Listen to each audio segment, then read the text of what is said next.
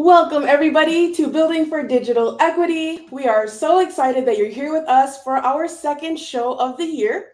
Today, we'll be exploring the many pathways to affordability, from device distribution to the Universal Service Fund reform and local infrastructure initiatives. Here's what you can expect for the next 75 minutes. First, we'll briefly discuss the official lapse of the Affordable Connectivity Program. Then we're going to jump into your favorite and popular lightning round segment.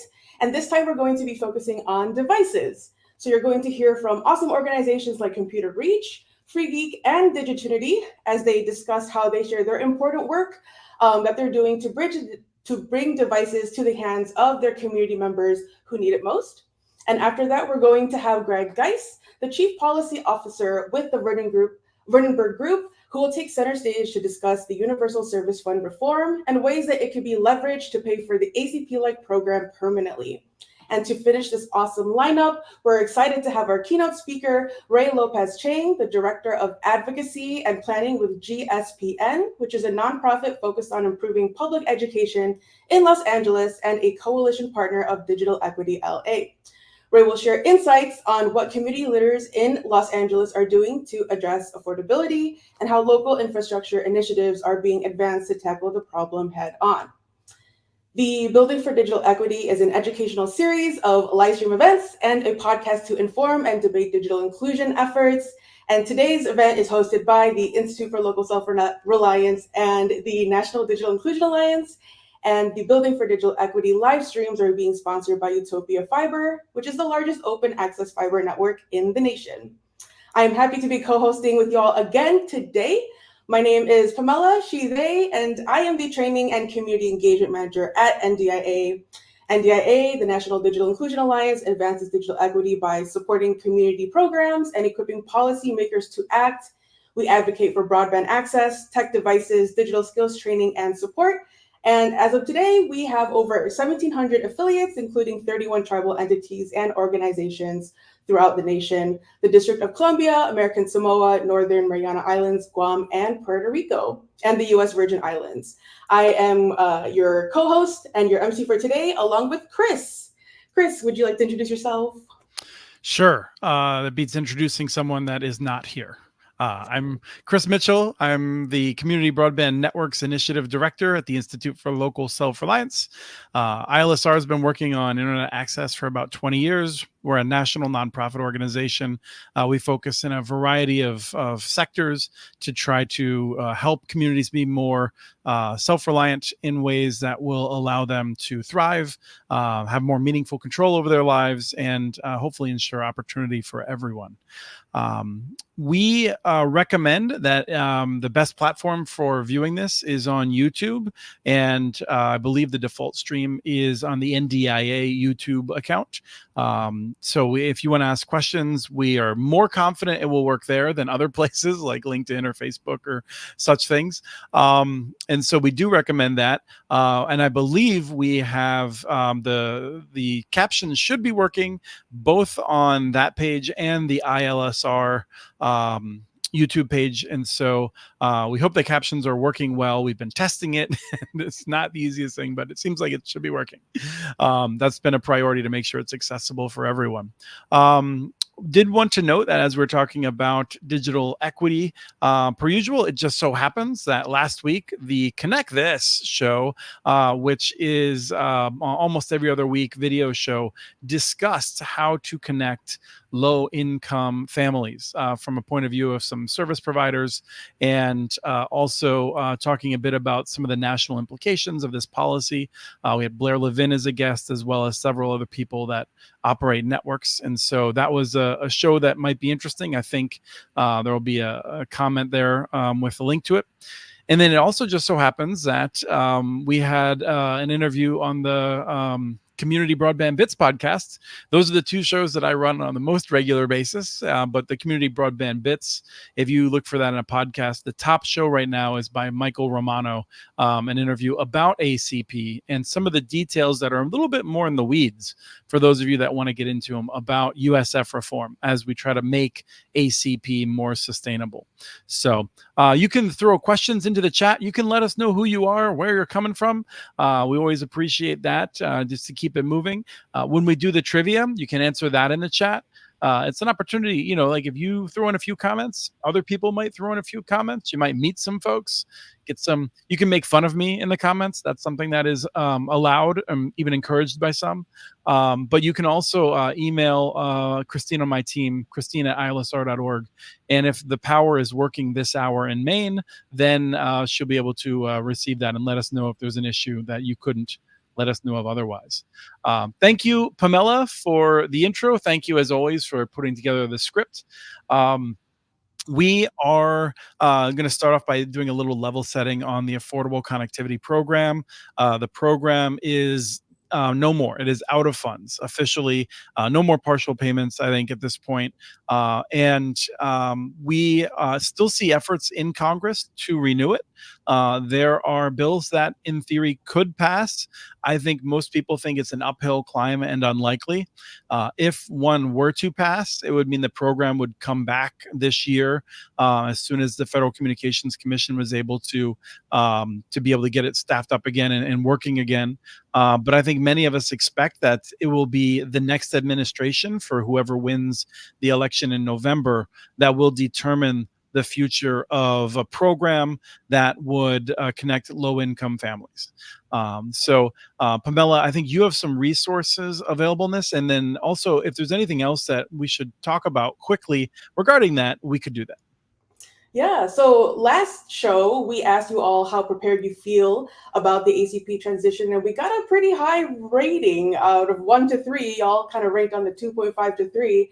And so, we're here now at this point. We're past a post-ACP world, and we do have resources. NDIA and ILSR will continue to be providing updates for you. And with NDIA, we have our wind down resources as well as our low-cost plans page for practitioners to help view that, to see what are low-cost internet plans options that are available for your community members. We also have a low-cost model page for internet service providers and recommendations that we've gotten from our affiliates in our community. And we're soon going to have a rate low-cost plans page where we're going to be rating them as well. So just stay connected with ILSR, stay connected with the NDIA community to get updates. And you are part of a community that is doing the same work and is as equally passionate in helping our communities get connected. And we're going to make sure that we keep updating you on resources and other strategies that will help you continue doing your work. Yeah, I'm excited for the guests we have to address some of these issues. I am going to share a link to a news story that quoted me a few times in it about the ACP and what I viewed as some of the flaws in it and the frustration of losing it because there was a lot of folks that really need it, flawed though it may have been. And so there's a little bit of a discussion about where we might be going from here as well. Which is, by the way, to be set. I think to some extent, we are learning how to feel our power. Many of you in the audience, many of us who are in a position of leadership in some way, we are still trying to figure out how to be very effective in this. And there's not some obvious end game here in that if you all are more active and we are able to convince elected officials to put a higher priority on this, whether at the local level, the state, or the federal government, then we will have a better program. And so one of the points of our efforts this year, I think, is to make sure that whoever does win the election will make this a top priority. That is not a foregone conclusion right now. Voting on internet access has not historically been a big thing, but with you all working on it and making sure it is an issue, it changes the future. So you should feel empowered and enthusiastic, I think, about making sure that even though it may be next year or the year after that, it sure is better than 5 or 6 years from now. Yeah, Chris, that's a great way to look at it, is that we are in a unique opportunity and in a unique position now. And that's why I'm so excited for our guests to talk about, USF reform and then also what local initiatives are looking like. Perfect. So I think we can move to our first trivia question. Perfect. Thank you. So myth or fact, and type your answer in the chat. refurbished computers are old and unreliable. Now, if they say myth, do they have to identify which tradition it comes from, like Nordic or Greek or Chinese or, other myths? If your answer is myth, yeah, please indicate for me. If I put myth, I'll put like a Filipino myth. That's how that would show up for me. But if you think it's a myth, go ahead and accompany it with the tradition you think it is, or if you think it's fact, put B. All right, we're getting a lot of answers and we're getting a lot of A's. So great. The answer is A. It's a myth. And not necessarily a Filipino myth, so not fully right there. But contrary to the popular belief that refurbished computers are old and used, these devices are often just a few years old and are sourced from reliable entities like businesses, schools, and government agencies. Popular refurbished computers undergo rigorous testing as well as upgrades, and they're carefully inspected, repaired, and updated as needed.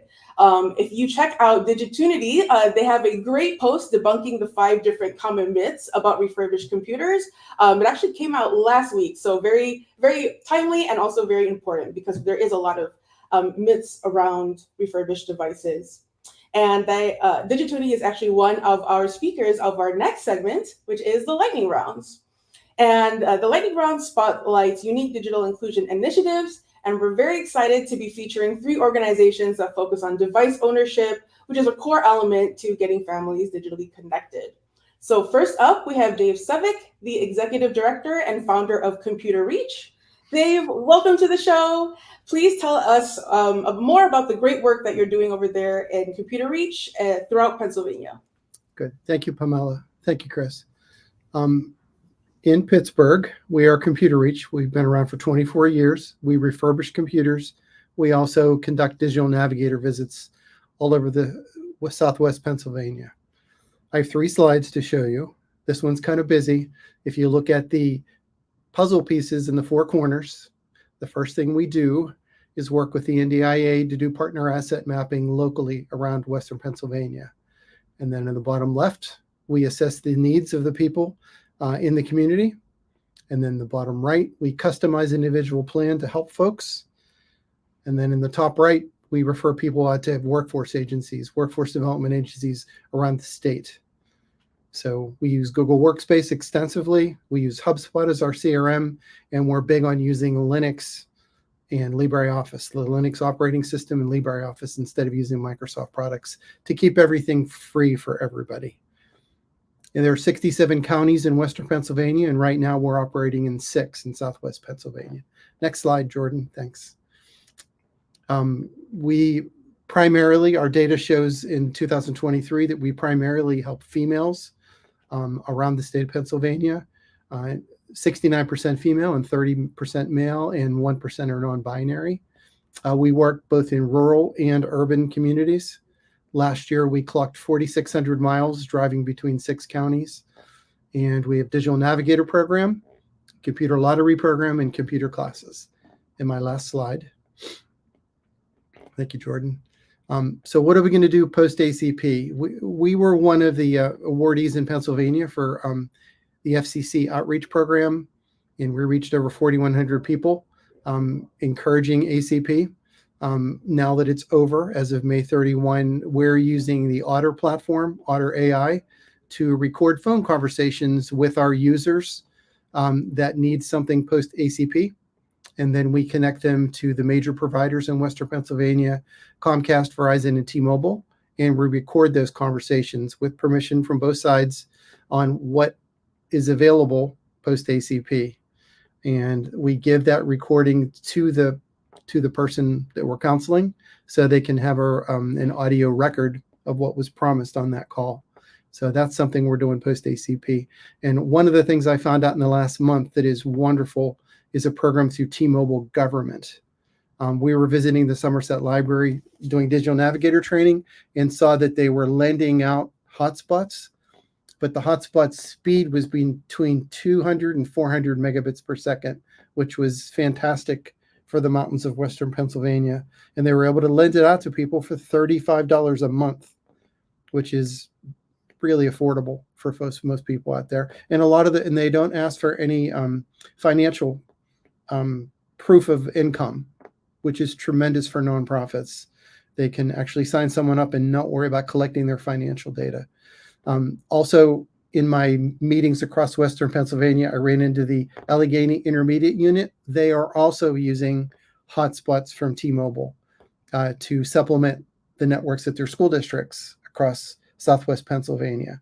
So I am here to say I'm really encouraged by what T-Mobile for Government is doing for their customers, whether they are ACP recipients or not. Anybody can sign up for a hotspot through T-Mobile Government, through a library or through a government institution. And that is the end of my slides. So Otter, counseling people and encouraging people to look for a local library or any entity that might be able to get you a $35 hotspot lending program. And I'll take any questions anybody has or move on to the next speaker. Thank you, Dave. Yes, we're going to move on to the next speaker. But Dave, thank you so much for joining us. You had an interview with Chris on that Community Broadband's podcast. Definitely check that out if you want to learn more about their Digital Navigator program. It's really interesting and unique how you guys do home visits and also learning how you leverage partnerships. So thank you. Right. I think that was in the Building for Digital Equity podcast series, which has been resurrected by Jordan. So for people who are interested, I believe our interview is there. And I think it's the second. We've done two there. So if you want to hear what Dave was saying a year ago, you could catch that as well. Awesome. Thank you so much, Dave, for your awesome work. And next up, we have Ashley Martinez, the Digital Equity Manager with FreeGeek, joining us. And Ashley, take it away. Hello, everybody. My name is Ashley Martinez. My pronouns are she, her, and I'm the Digital Equity Manager at FreeGeek. Just to get us started off, I want to talk to you a little bit about who FreeGeek is, what FreeGeek does as an organization. So FreeGeek is a technology nonprofit organization working to minimize the digital divide. So what is the digital divide out here in Oregon? We really predominantly focus on our East County location right now, because we have seen after asset mapping, after looking at all of the data, that East County is most impacted by the digital divide. Who has laptops, who has access to internet, and who doesn't. So we reuse and refurbish technology so that we could put that technology back into communities' hands, and we want to include everybody in our digital future. So our process, we are a 100% donation-based organization. So whether that's individual donors who stop by FreeGeek to drop off their tech, or through our corporate donors who also drop off their tech as well, we are 100% donation-based. So what we give back to our community has been donated to us. Step 2 is our data security. So data on all of the devices donated is 100% wiped clean. Everything that goes through our doors goes through our security data process.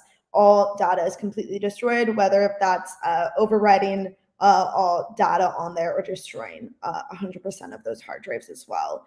And our step 3 of that process is to recycle or refurbish it. This number has gotten a little bit better, actually. So the last time we took the actual stats, it was 30% of it moved to our reuse department to be turned into usable technology, and the remaining 70% is moved to the next stage of recycling. We now have around a 40% reuse rate and a 60% recycling rate. So things are getting a little bit higher. So how we decide if something's going to be recycled or refurbished is things that are completely broken, or if there's batteries or like AAA batteries and things like that, we can't take those donations. Those 100% go to recycle. If it's refurbishable, we could see, hey, there's potential here. We could definitely work on this. So we have 3 different areas at FreeGeek where we have Maclands, laptops, and hardware tests. So we have Macs that almost 100% of the time go to our online eBay store. And then for accessibility needs, we do also have some with our programs as well. When people request those machines, we do our absolute best to make sure that Mac machines are prioritized for folks with accessibility. And then we have our laptops. We also use Linux. We really, all of our programs are 100% free to give our machines back to our community members. The only time that our machines do cost money with our programs is through our Affordable Tech program. So normally that is the route that organizations have technology money to spend. And then they'll spend that money at FreeGeek for them to get Microsoft Windows machines. And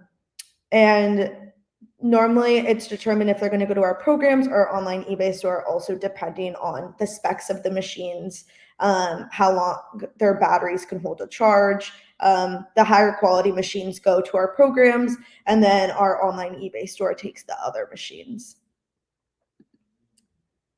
So our North Star of our organization is our programs. Our program's holistic view is always asking the questions, does community members have access to a device? Does the community member have the knowledge and skills to utilize the device? Does the community member have access to reliable internet? And how can we ensure that the community member always has accessibility to ask questions and to continue to seek digital navigation help? So with that, we make sure that that person has access to a free device, that we give them a free device. With that, we also have curriculum that we've built as a digital equity team at FreeGeek, where we teach curriculum in Spanish and in English. We make sure that that person has reliable internet. At our East Portland location, we are a lift zone. So we want to make sure that they always have that access to internet here, or we try to get them access to a hotspot. And then we have our digital navigation team on our digital equity team as well. So we always make sure that we can make sure that they have access to every part of that digital equity holistic view. And at FreeGeek, we can't achieve our North Star without every single one of our departments, our refurb team, our recycling team. So it's pretty amazing how FreeGeek functions as an absolute organization as a whole. And that's a little bit on FreeGeek and how we kind of function as an organization. We've done some really amazing things with how many machines we've dispersed. In FY23, we dispersed 1,171 computers to students through our programs, and another 823 computers were given away to partnerships with the Oregon Employment Department, the SNAP program in 2023. So it's been a really awesome journey with FreeGeek, for sure. Awesome. Thank you so much, Ashley. Love the holistic view of your program as well as the inclusive aspects of it. So thank you so much for sharing us the important work that y'all are doing over there in Portland, Oregon. And lastly, our final lightning round speaker will be focusing on a broader view, device ecosystems. We have Scott Henley, the Executive Director of Digitunity. Scott, great to have you here, and tell us more about Digitunity's work and device ecosystems.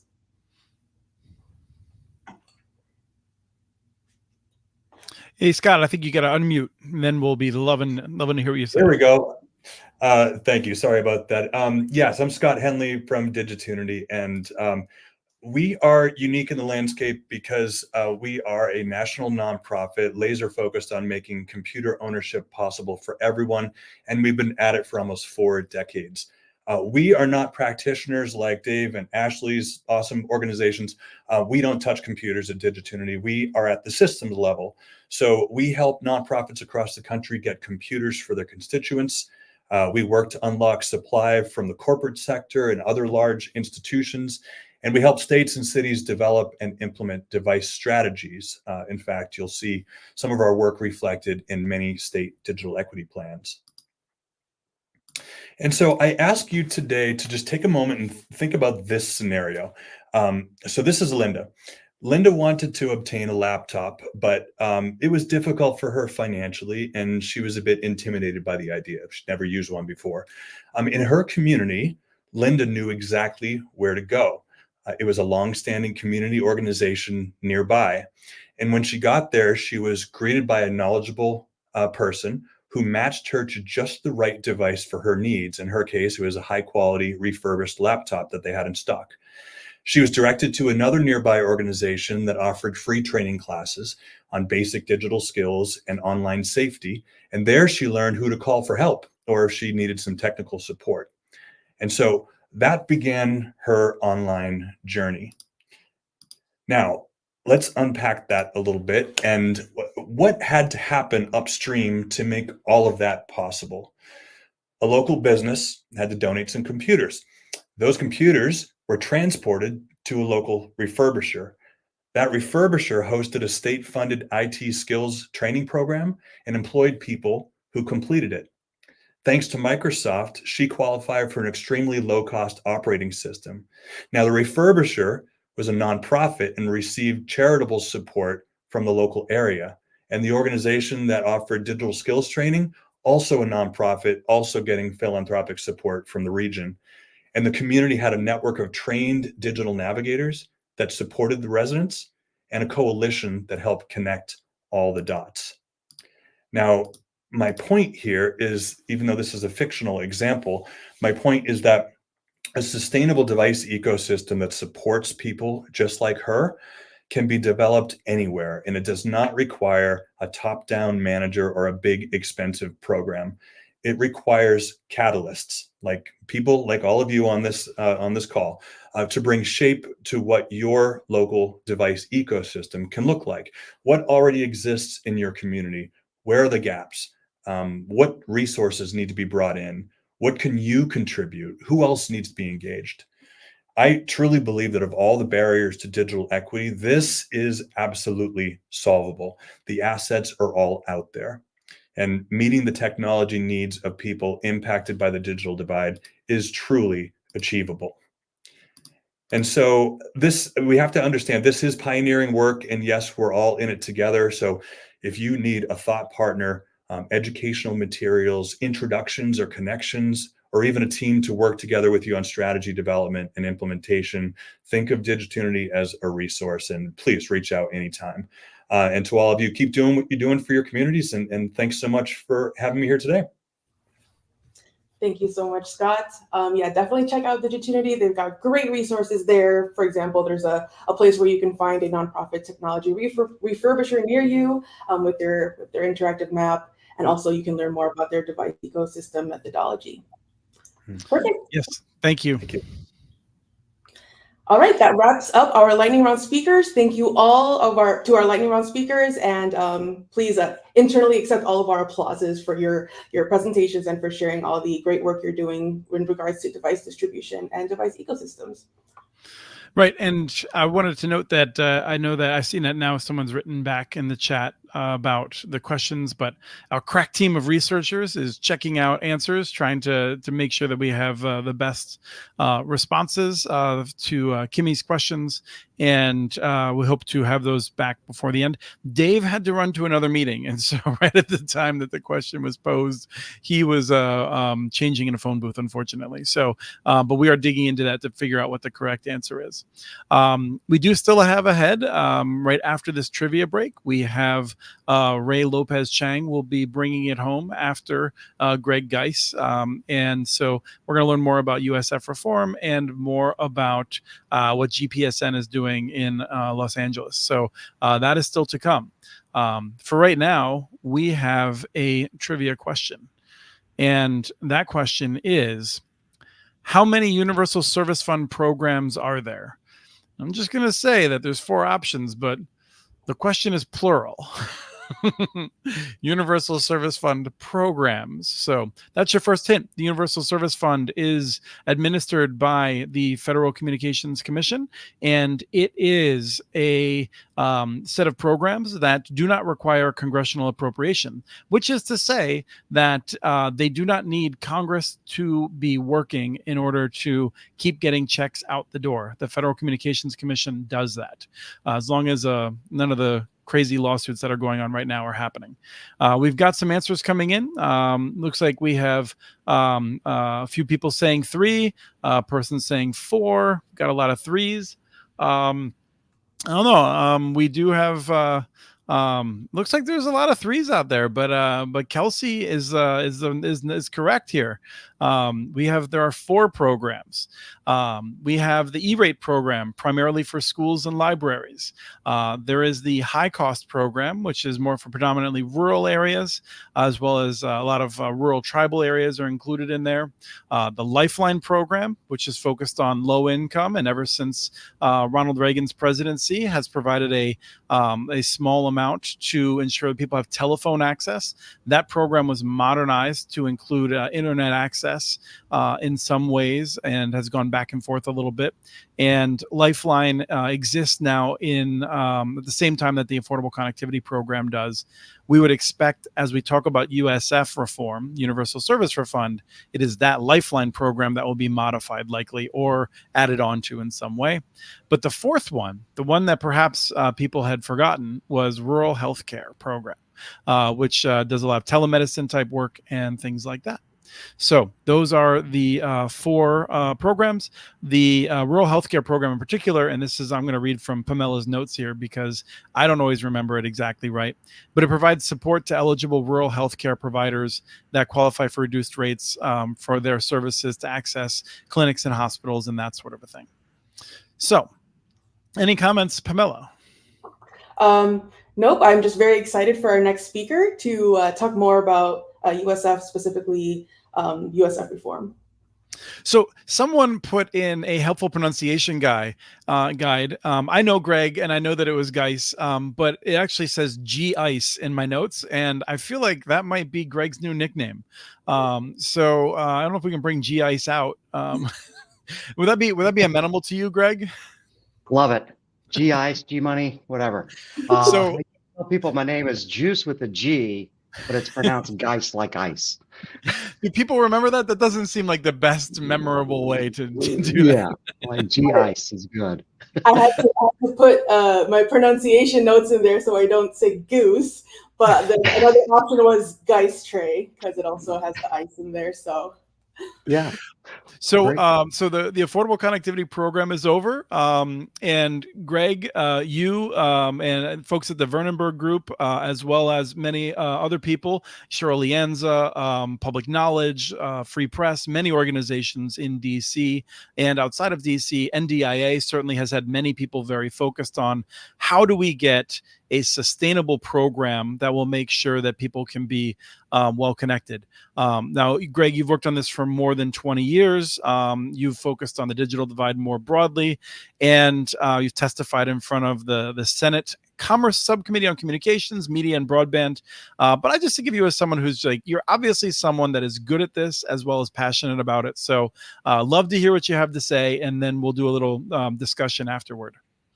Sounds great. Thanks so much. Let's see. I think I can do the presentation here. So there's my intro. Yeah, so thanks, Chris, and thanks, Pamela, for inviting me to speak on this. I am passionate about it. I've been doing it for over 25 years. And I have actually worked on every single one of these programs, the 4 programs, over time. But importantly, I also worked on the contribution reform efforts that have been underway. I was at the FCC the last time we did reform, which was minor back in 2002. And I was there when we almost got comprehensive reform in 2006 working on the program. So I care deeply about this. And the reason I do is because I think this is the clearest commitment our nation makes in communication space to ensuring that all Americans have access to these services. It was part of the original Communications Act of 1934, which will actually celebrate its 90th birthday next week.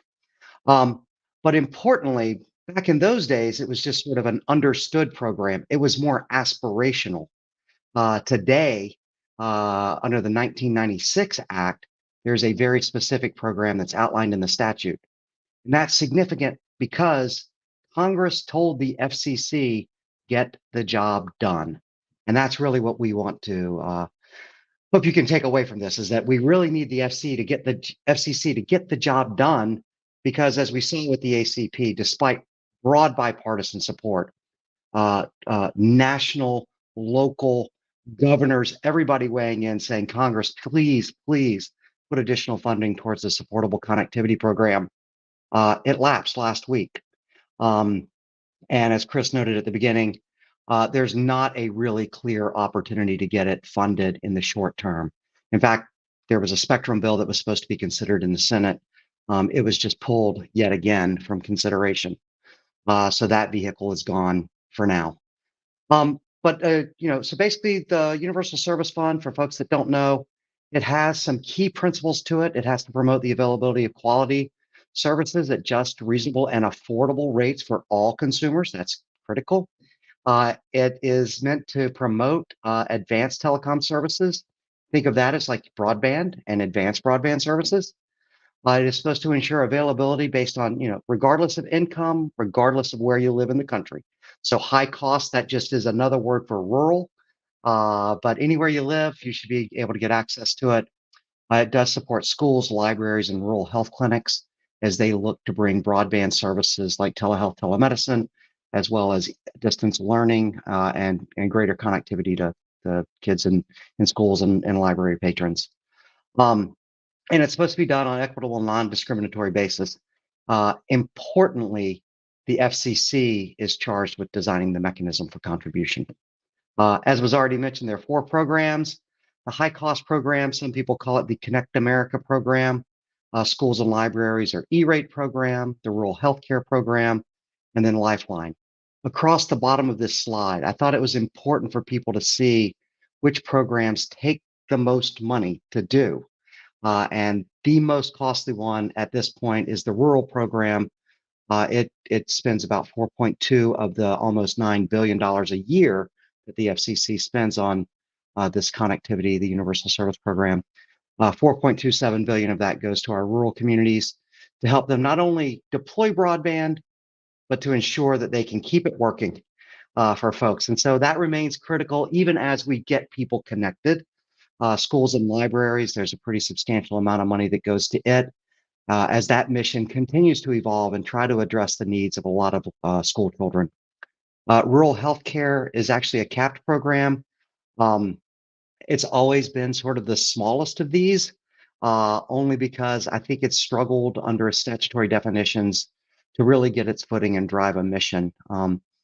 Congress and the FCC have been pushing to broaden the definition of a rural health clinic and how they might participate better. And so that program it remains vital, but it's sort of the smallest. And then Lifeline at $745 million just really is not what the money was that was going for the ACP. And that's because you get $9.25 a month. So the USF contribution mechanism, like I said, the FCC is charged by Congress to develop that mechanism. And it basically is the way that the FCC assesses contribution now, and I've underlined some of the key phrases here. It is a obligation of the providers of telecommunication service, not end users, though we all get a pass-through charge on our bill. It is only based on interstate telecommunications revenues. And that is a very small and diminishing pot of revenue.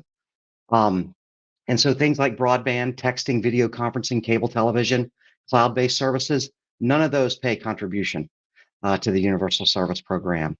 It's why the factor right now is, I think it's at like 34%, and it's going to 36.2. This is just a quick chart to show you that these revenues that are being assessed are actually declining over time. And if you think about the communications revolution that we're living in, it is shocking that we have a program that has declining revenues in it. Interestingly, the FCC just passed an order last month called net neutrality. Folks may know about it. It guarantees sort of consumers access to the content of their choosing online. As part of that decision, they had to reclassify broadband as a telecommunications service. But at the same time, the FCC said, while it is a telecommunications service, we are going to forbear or not require that it contribute to the Universal Service Fund for now. And so we're working as part of the Affordable Broadband campaign to try to push the agency to think about what that means, because this revenue decline can't continue to occur. We need it to increase. And broadband would take that 36% factor. If we just included broadband revenues in the base, the 36% factor would decline to 4%. A substantial drop if broadband revenues were subject to contribution. So what does this mean for affordability? What it means for affordability is if we don't fix the contribution mechanism, we can't afford to help low-income families. Universal service cannot do what the ACP did. It's simply too costly under the current contribution mechanism. So as it's currently structured, we're doing all we can to help low-income families under the Universal Service Program. And to me, that is a real shame because this is our nation's historic commitment on how we ensure people get connected and stay connected. So again, the Affordable Broadband Campaign, which NDIA is part of, we are working to try to get the FCC to change its mind on this issue of forbearance, but we're also working with the Universal Service Fund working group that is in Congress right now that's trying on a bipartisan, bicameral, which means House and Senate way, to restructure this program and update it for the 21st century. What I often tell people is, our campaign is doing that hard work, but what we're not doing and what we're not envisioning doing, unfortunately, is expanding what universal service means for the 21st century. So if we think about the 4 programs and what we're paying for, what we don't do is digital equity work. What we don't do is device support. What we don't do is harden networks in rural areas, given that the climate change is occurring. And so there's a lot that we just don't do because we can't afford it. So not only are we not doing service by our low-income families, we're also leaving a lot of things off the table that we should be doing in this time. So what I'm trying to call for is a broader updating in Universal Service Fund, and Congress is interested in some of that. But I think we need a bigger push, and the push should be for not only affordability, but for digital equity to be part of the Universal Service Program, because we all know the importance of those skills. So I think that's it, and I think I managed to get it done with about 15 seconds left. So thank you guys for the time. I really appreciate it, and happy to take any questions. Pamela, did you want to ask the first question, or should I jump in? Yeah, the first question that I have, and first of all, thank you so much, Greg. That was really great, and great to hear the call to actions. Are there any potential drawbacks for integrating ACP into the Universal Service Fund? Yeah. So it depends on where you sit, right? The challenge with integrating the ACP into the USF is that, as I say, the current contribution mechanism simply can't do it. If you put the broadband revenue into the program, then you can afford to do it. And the factor I think I mentioned in the conversation goes to down to 4%. If we add ACP at the rate that it was spending money, we would be at around 8%. Now, what that means is around $5 a month for those families and businesses that have to pay in. But under the current mechanism, the FCC exempts Lifeline customers. And we could think about what that exemption might look like in a new mechanism so that we try to prevent the harm hitting the families that we're trying to help. But that's the biggest challenge is what does that factor then look like? Right. This is where people might have heard of the term broadening the base, which is very common with government programs, which is to say when you need more revenue, you can either take more from the same number of people or you take from a larger base. And so you can imagine that, 4% from 100 people is less than 3% from 1,000 people. That's the sort of thinking, right? Yeah. In fact, if you look at the way that the current mechanism impacts people, we know that because it's telecommunication services, this is telephone service. If people still pay for like long distance service as a package, people pay for their mobile services, a dwindling amount. But so the people that are actually paying into this program right now are generally older Americans. The AARP, in fact, says we need to reform this mechanism because older Americans are the ones that are bearing the brunt of this program because they have the more traditional type of services, whereas broadband-only households are paying zero. And that doesn't seem fair, but if you broaden that base to include those folks, some people's bill will go down. The broadband-only households, of course, go up because they're at zero, but it does seem like it's a more equitable way to do it. And to plug myself twice, I'll put in the chat a link to the podcast I just did with Mike Romano, who's from the TCA, which is the Rural Broadband Association. We talked about this in depth about what it might look like to charge people. Now, for a new program, we're expecting to see different eligibility, I think, right, Greg? Any sense of where that might fall? Yeah, so under there's some bipartisan legislation that's pending before Congress, and I think going forward, there's going to be reform on that eligibility criteria. One of the key targets has been under the Lifeline program, it's pegged to 135% of the poverty level. Under ACP, it was at 200%. So one of the key elements that they want to bring down is that 200 to 135.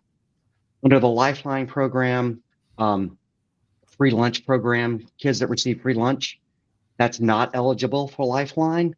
Under ACP, it is. That's another targeted area. While these sound like they could be pretty harsh, what we're seeing is that there is some overlap in other criteria where those folks can get picked up. It's not a perfect one for one, but it does streamline some of that eligibility. And so those are the two big ones. I think there's also some consideration around making certain that like veterans benefits and those sorts of things aren't already covering some of these costs. So that might be on the chopping block. So But sorry. We're hitting the speed round. We got a question from the audience. I want to ask you quick, which is basically, if I were to sum it up, Greg, it would just be, let's just tell the big companies that they have to do it. They have to provide a free service, or they'll get punished in some way if they don't do it. How do you respond to that? Yeah, so that was sort of the beauty of ACP, is that it allowed people to have what essentially was free service because the provider's committed to $30. I think there's a challenge. Unfortunately, there's a challenge in doing it as just a free service. Now, if we put more gradation in the income levels, maybe then it could happen. And I think it's a fair suggestion. People have to have this service. Most jobs now require that you apply online. There's so many educational opportunities online. The savings for the country, if you do your healthcare appointment online, is like $327 per visit. That's a lot of money to save that we all get to benefit from. That if you're a low-income family, you should have that access, because it benefits the rest of us. And I mean, we're talking about the Department of Veterans Services, all kinds of things. Yes. So, I mean, I think it's important to know many people are cross-cutting, and people that really deserve to have some assistance. We have one last very quick question from Pamela for you. Yes, you had shared that you wanting a bigger push for not only just affordability, but other digital inclusion initiatives. And I want to know what are actions that digital inclusion practitioners can take to advocate and support USF reform? Yeah, so the FCC has an active docket where you can do that, but also reaching out, like if your member of Congress is in town, talk to them about the importance of this work that you do, and that this should be a national commitment, because the funding that we have for digital equity is going to run out even faster than the ACP once the NTIA turns the spigot on. So this is critical work. And we know from the last time that we did digital equity work that if this money runs out and we do not have people on the ground, we step backward very quickly around skills training and all of the good work that digital equity brings. So mention to your member of Congress, Universal Service is a great home for that. Mention to the FCC, if you happen to be around a filing, say, hey, yes, let's do digital equity work through USF as well. Thank you, Greg. Appreciate all your advocacy and taking the time today. You bet. Thank you, guys. I appreciate it. All right. Thank you again, G. Ice. So we are at our final trivia question. So we will put that trivia question up. Perfect. True or false? Sorry, I just covered it up with a comment that I wanted to elevate. But yes, go ahead. All right. So the final trivia question is true or false? Is Los Angeles the first city in the nation to outlaw digital discrimination? I don't want to show off my knowledge about Los Angeles, but Los Angeles is a city in California. I believe it's very nice weather. It's known for movies as well as being near the ocean. Yes. Is that helpful at all? Yeah, maybe that'll help guide people to whether or not it's true or false. So if you haven't thought of the answer, we're seeing some folks saying true, some folks saying false. All right, that's good. Perfect. So we'll reveal the answer now. It is true. So in January of this year, the Los Angeles City Council unanimously approved an ordinance to hold internet service providers accountable for offering slower, costlier broadband in low-income communities. And leading the charge for that was Digital Equity LA, a cross-sector coalition of LA County organizations founded by the California Community Foundation to address broadband inequity during the pandemic. And in fact, our keynote speaker is a coalition partner for Digital Equity LA. And so throughout today's show, we explore different pathways towards affordability, from device distribution programs and sustainable device ecosystems to exploring the USF reform and how we can include ACP-like program into that. And our keynote speaker is going to complete today's journey by sharing the work that community leaders in LA are doing to address affordability and how local infrastructure initiatives are being advanced to address the root issues and get more people connected in LA. So I'm so excited to introduce our keynote speaker, Ray Lopez Chang. Ray is the Director of Advocacy and Planning for GPSN, which is a nonprofit focused on improving public education in Los Angeles, and again, a coalition partner for Digital Equity LA. Everybody, please join me in welcoming our keynote speaker, Ray. Amazing. Thank you so much. Just good afternoon, everybody. We're in such an important moment today as we navigate the power of so many incredible efforts like those shared by today's speakers. Before I share some comments, I just want to briefly thank the teams today for organizing this series of conversations. I do plan to spend a bit of time addressing some hidden realities that I hope you will continue discussing long after this experience. Some of these realities are about the state of our systems and communities, and other realities are about the state of nuance in our emotions and ethos of our day-to-day. And so ultimately, if I'm successful, I hope we can all leave this conversation agitated by the reality we're facing, but also inspired by the reality that we'll create. I like to live life as a movement builder, a systems disruptor, and an urban planner. And in this chapter of my life, I organize for digital equity. I am at GPSN, where we work to improve education for students in LA, and we are co-conveners along the mighty California Community Foundation of the Digital Equity LA Coalition. It's important that GPSN is an education-focused organization whose core mission is not digital equity.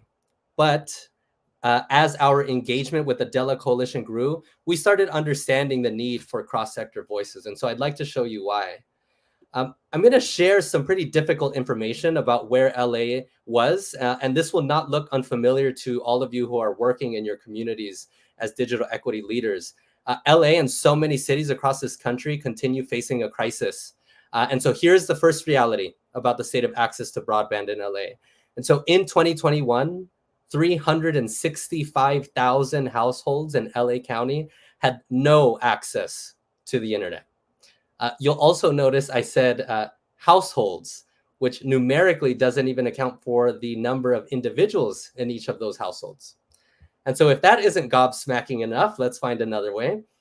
Reports were released by the California Community Foundation, later scaled by UC Santa Barbara, that by and large in LA, affluent areas like Beverly Hills and Pacific Palisades paid less for their internet at better speeds than low-income communities of color who pay more for their internet at worse speeds.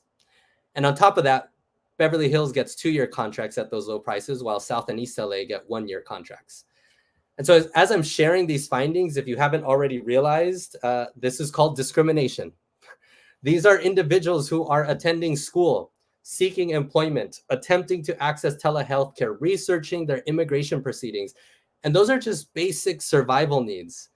We haven't even discussed other luxuries, which arguably should be considered as important tenets of mental health, like connecting with family in other regions and video streaming. You'll also be, unfortunately, unhappy to know that there's a national news outlet called The Markup who scaled that study nationally and found the exact same trend across the country.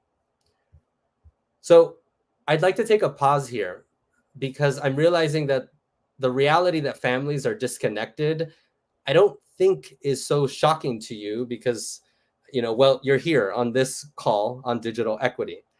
And so what I'd like to do instead is assist you with reorienting the way you conceptualize disconnectedness in your communities. And so I'll use a frame of reference you might have all learned in school. Here is a visual of the human cardiovascular system, or as we all know as the circulatory system. What we know about the cardiovascular system is that the heart uses arteries, veins, capillaries to pump blood out to our limbs and extremities, and that blood is then pumped back into our hearts. And so our bodies are in a constant state of moving blood or information, vital resources, cell communication throughout all regions of our body. The visual representation of this system looks similar to some things that we know, like other systems in our cities and states, like the arteries, veins, and capillaries of our pedestrian walkways, or our transit systems, or our routes to school, and yes, our internet infrastructure too. But I'd like you to consider what happens when blood no longer reaches parts of our body. So Johns Hopkins tells us that we can have a loss of function in our organs, we can have cold, less mobile limbs, and the final stages, and if an emergency response isn't enacted, is unconsciousness or amputation. And so, folks, there is no way to band-aid yourself out of amputation or to pour enough neosporin to save your limb. We actually have no other choice than to take preventative and long-term oriented measures to ensure that your body has consistent blood flow to all regions of your anatomy. And so I like to think of the blood of our bodies as really the people that make up our communities. If we make a conscious choice to disregard the root cause of digital redlining, or better said, the infrastructural access and affordability available to some communities and not others, we will amputate humans from participation in this country. And I'd like to dare to believe that we've learned our lesson from this country's vile history of exclusion and mistreatment of people. And so, folks, I want to invite us to take a deep breath. And I want to show you what's possible if you translate your agitation and anger into action. So the answer is really quite simple. Build local power and create local urgency. I mentioned GPSN co-convenes Digital Equity LA with CCF, where we bring together 70 organizations. And in January, as it was mentioned, LA passed a motion to establish an ordinance against digital discrimination. And so under the leadership of now Council President Marquise Harris Dawson, we became the first city in the country to do this. And LA City asked its city attorney to codify a digital discrimination definition and tasked other relevant departments to prepare for receiving complaints from Angelenos. I want to share that you all can do this in your community too. Start working with philanthropy, nonprofits, colleges, universities, and enlist their support to help you understand what prices are your communities paying, what quality of service are you receiving, and do you see a trend for which communities have planned fiber upgrades and which do not? And so by asking these questions and equipping your leaders, you're helping to alleviate the stressors of navigating a very complex issue area and making this digestible for decision makers to understand. And so 3 months later, after our LA ordinance motion, Oakland's Assembly member, Mia Bonta, built momentum by introducing a statewide bill on digital discrimination. And I want to shout out our friends at Oakland Undivided who saw nearly identical trends of discrimination as LA. And so with the organizing support of the California Alliance for Digital Equity and other named partners, this is a result of what happens when you build local power. Your states begin to listen. And so our state of California is currently navigating what I would call the horror of internet industry lobbyists who are permeating the Capitol, persuading legislators and their staff that this bill will harm industry and therefore harms their ability to provide service. And so I'd argue, you mean the service that you're overcharging families for? We're good. Folks, this is possible in your communities. And what's beautiful is that you are not doing this alone. Others will listen and change will happen.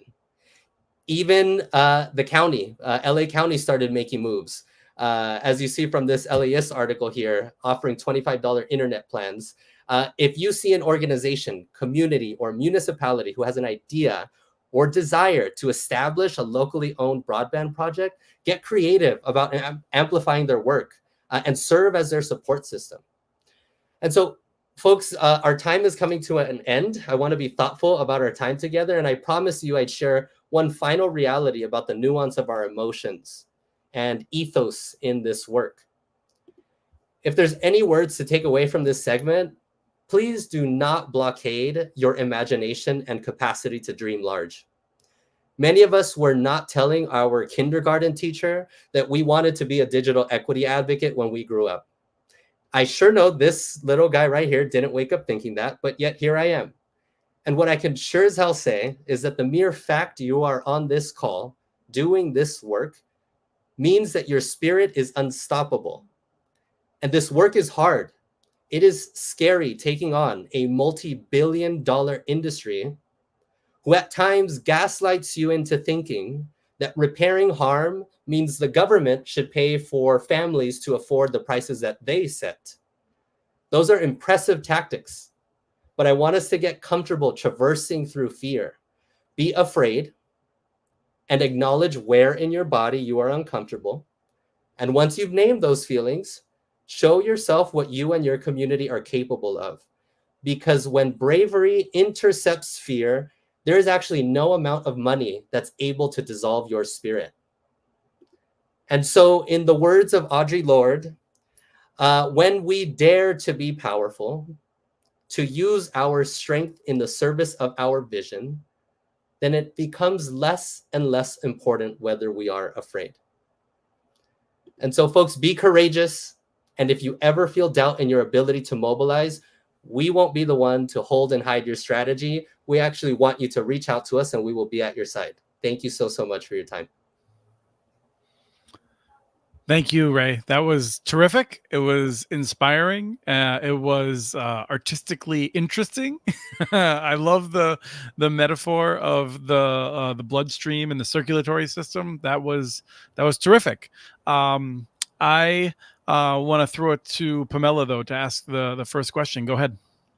Yes, thank you so much, Ray. When you were sharing the connection between the arteries, it actually reminded me of what Dave Savick shared in the podcast with Chris. He said that when you're a digital navigator, it's 80% social work and 20% tech. And I just feel like there was a connection there. So I just love that. And thank you again for talking about the power of community building. And so I wanted to know what can other counties or communities and digital inclusion practitioners do, especially like what can they take away from your work and LA County's work in community building and not giving up, especially when it feels like the odds are stacked against you. I appreciate that question, and I think you started to name probably the most important takeaway, which is to humanize this work. If we remove human dignity from our day-to-day work, it becomes more difficult to understand the stories of our families and what they're experiencing and what they do not have access to when they don't have access to broadband. And so part of what I really wanted to communicate in this time is that we humanize this work by connecting with your neighbors. This is very much about building local power and creating local conversations so that you build local urgency. Those conversations will ultimately lead to a head where it will place sufficient pressure on decision makers to do something. That's it. It's very, very simple. We need folks to engage in local conversations so that you help your local decision makers make noise about the impact to their families. Yeah, Ray, I think that's something to be helpful. You are been involved as well at the county level where you have 10 million people. And my understanding is bringing 15 people to a commission meeting was overwhelming. You don't need to bring 1,500 people. 100%. You spoke to something, Chris, which is the 10 million number here in LA. We learned that LA County is 1/30th of the US population. That doesn't mean we need to bring all 10 million people out to a meeting. In fact, these are conversations that have not been engaging communities for quite some time. And so by you bringing a small subset of families or community leaders or organizational leaders who care, you're actually showing decision makers that there are people who are watching, right? That's it. As you build momentum, you will begin to enlist others as they support your movement. But ultimately, bring a small group together. That feels like something feasible and digestible in the immediate term. Pamela? Yeah, we do have a question in the chat on how did you get the data on that pricing? And I know that you had shared the markup, which they're doing great work over there. But yeah, is there any resources or sources that you can share on that? Absolutely. So you can go ahead and look up CCF's pricing disparities report, and that was conducted in-house, a small study. And then UC Santa Barbara scaled that study and engaged and communicated their methodology there. So you can see the 30,000 addresses that they pulled for Los Angeles County. And then the markup also has communicated the information and methodology for their national study as well. Right. I was just trying to remember where that was because I believe there were some toolkits or explanations. And so behind the scenes right now, our team is looking to find a link to those. So Pamela, we have time for one last question. You want to hit it up? Yeah. What are the next priorities for Digital Equity LA and GSPN? We are interested in seeing this local movement grow in other localities. That's part of also, the importance of this messaging is that we want to see neighboring cities to Los Angeles also follow suit. As we speak, we are seeing the gateway cities in LA County, or namely Southeast LA cities, very quickly starting to pass their own motions. And we're in the thick of the battle with this state bill. And so that's our top priority right now.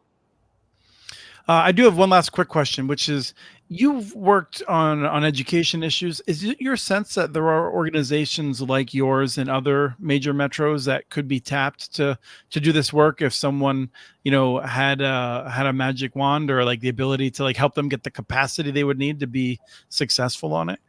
Yeah. The education sector has access to students, educators, families who, like other sectors, are experiencing the worst impacts of the digital divide. And we all care about kids, and we all care about their health and their housing and their education. And ultimately, when we bring in the education sector, that's how we start to begin humanizing conversations. And we learn how to humanize those conversations when we bring in other sectors like health, right, and economic mobility. But thinking about our schools as community hubs starts to generate conversations that may not have happened if we didn't engage them otherwise. Well, thank you, Ray. This was a perfect way to cap off another wonderful hour. We're going to move into the concluding section now, but thank you for the work that you did today for us and also for all the work you and the coalition is doing out in Los Angeles. Thank you so much. Appreciate your time. One other fact about Los Angeles, very big. Yes. Very big. I should have made that a trivia question. Right. Wow. Is it big? Ray was so inspiring amongst all of our other speakers today. I just love that, when asking like, what can others do? How can we create this in our own communities? His answer was simple. Just look within. Like, we have the answers. Our community has the answers. We know what's best for our community, and we can pull from our own experience of how the internet is valuable to us. So I'm just so grateful to be able to listen to that. And it seems like in the chat, a lot of people were also impacted by his words and just overall the great themes of today's show. Yes. So we had some other things in the chat. We had a question about where to get digital navigator training. Yes, and thank you for who asked that. So if you are an individual and you're interested in learning more about digital navigators and want to attend a digital navigator training, check out NDIA's Find Affiliates page. There you can filter out the map with your your state and your zip code. That way you can see all of the affiliates within the NDIA community. that is located there. And then you can check out, which organizations are providing a digital navigator training near you. And if you are an organization that is interested in receiving a digital navigator program training, then definitely reach out to us at NDIA. If you could reach out specifically to Christy at digitalinclusion.org. She's part of our team that manages the digital navigator program, and then we can get you connected. Yes. Also, if you have a brilliant money-making idea, Christy loves to receive those as well. Definitely send those along. We had another question from the same person, a really good question, asking for more information about T-Mobile for government. We found the link for a program in which T-Mobile is aiming to give away 10 million hotspots, I believe, to help connect families. There is a way to sign up individually there, I believe. I'm afraid we don't have more information on that, but we will see if we can include that when we come back. And I'll just tease that as we wrap up here. We do plan to do another show, and I'll give you the date of that roughly after Pamela reads us mostly out. Yes. Thank you again, everybody, for those who are new joining us, for those who have been a fan since we started doing this together. Thank you for joining us today. We'd also love if you joined the NDIA community, be connected to a organization that has over 1,700 affiliates doing the same work as you. If you join us, you get access to our newsletter, our very hustle and bustling listserv, and our community calls. So go ahead and check out the link for digitalinclusion.org/join to be part of our community. Also, if you would like to hear me more often, there's like a whole bunch of podcasts, but if you'd rather just hear the stuff that my smarter team is doing, we have a newsletter you can sign up for at communitynets.org. I wanted to thank Utopia Fiber for sponsoring these events and making sure that they can that we're able to do them. We do have a survey to try to do these better and better. We like to get your thoughts. We'll send it out to those who have registered. But please, we try to make the survey really easy. Would really love to have you participate quickly, click a few buttons, give us some feedback on it, give us an idea. While you're doing that, I did want to wrap up my last thoughts by just noting that it is entirely possible that in 2 years we are still talking about like, oh, we got to have some sort of replacement for the ACP. And so it is very important that that the political parties hear about the importance of this. I think that many of us believe that if the Democrats win in November, they will prioritize it, although that doesn't mean that it would necessarily happen quickly or that happen at all. We are not as clear if Donald Trump and Republicans win, that they have set a clear message. I think by demanding that they have a plan, you can make it a higher priority. And so it is the case that you being involved right now over the next several months could make this a higher priority and make it the case that hopefully by next year we have everything in place to move along and have a long-term solution to make sure that low-income households have an option. So really, I mean, like, this is up to you. Like, you can't look around. If you took the last hour to hang out with us, you're the ones to be making this change. And so we thank you for that. The next event will be during Digital Inclusion Week, which is the first full week of October, which is late, I believe, as late as it can get this year, like October 6th or 7th or something. So we're going to have a show that week. We're going to set that date. In the meantime, Jordan, who produced this and has done a wonderful job with the assistance of several other people from the Institute for Local Self-Reliance and National Digital Inclusion Alliance. Jordan has been setting up and making sure that we have regular items in the Building for Digital Equity feed. These are short conversations, often like 10 to 15 minutes. Unless I go on for too long, other people are better about it, in which we talk with people who are doing the work out there. So get that in your podcast catcher or start to love podcasts by listening to that. So Pamela, any last words of wisdom? Honestly, I think Ray wrapped it up with those words of wisdom. Keep that power. Don't lose that light. We're all doing really great, important work. Thank you all for joining us and continuing on the work. And we're going to be here, constantly bringing up new speakers that are featuring great work that they're doing in their communities to help inspire and keep that momentum going. All right. Well, thank you, Pamela. It's been wonderful hosting with you yet again. A highlight of the quarter.